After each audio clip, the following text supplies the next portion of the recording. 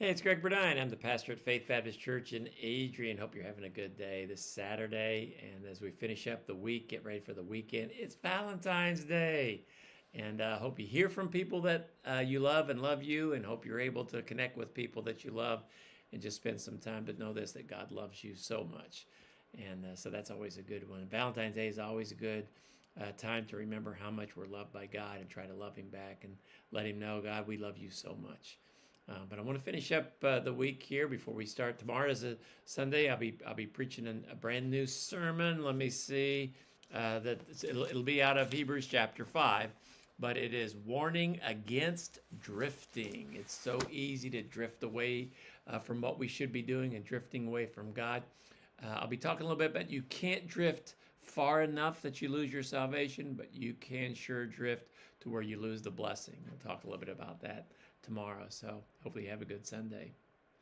But finishing up here in Hebrews chapter 4 and 5, as we talked about having our confidence to go to God. And we go to God, we can approach Him in prayer, not based on who we are, but based on who Jesus is. And Hebrews 5 kind of digs a little bit deeper into who Jesus is. And beginning in verse 7, it says some interesting things about Jesus.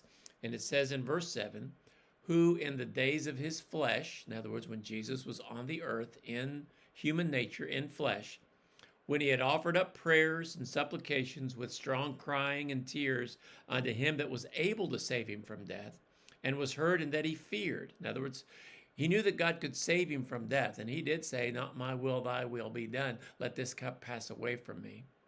It says in verse 8, though he were a son, yet learned he obedience by the things which he suffered. Being made perfect, he became the author of eternal salvation unto all them that obey him. Interesting phrase. He learned obedience by the things which he suffered. Could Jesus learn anything if he's all-knowing? Well, yes, he did. He didn't necessarily learn things in an intellectual way, but don't you realize sometimes that our learning can be deepened because of the suffering that we go through? And Jesus did. Jesus suffered. Talks about he cried. He was in anguish. I think this really speaks of the Garden of Gethsemane, but even on the cross, he had to been hurting so bad. My God, why hast thou forsaken me?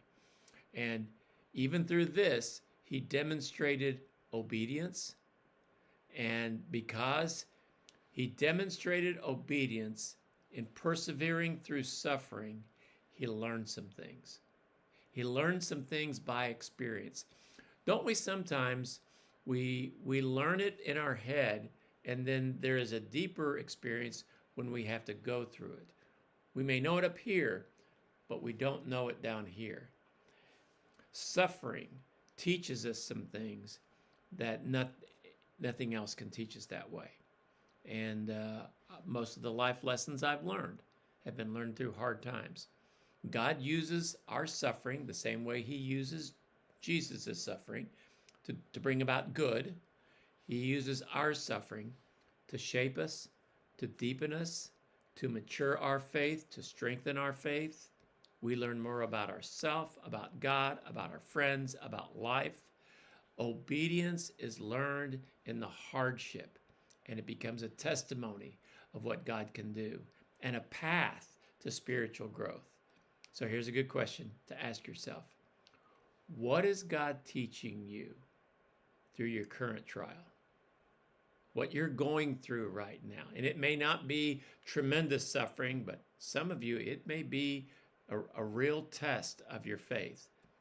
What is God teaching you? What is God teaching you about him? What is God teaching you about you?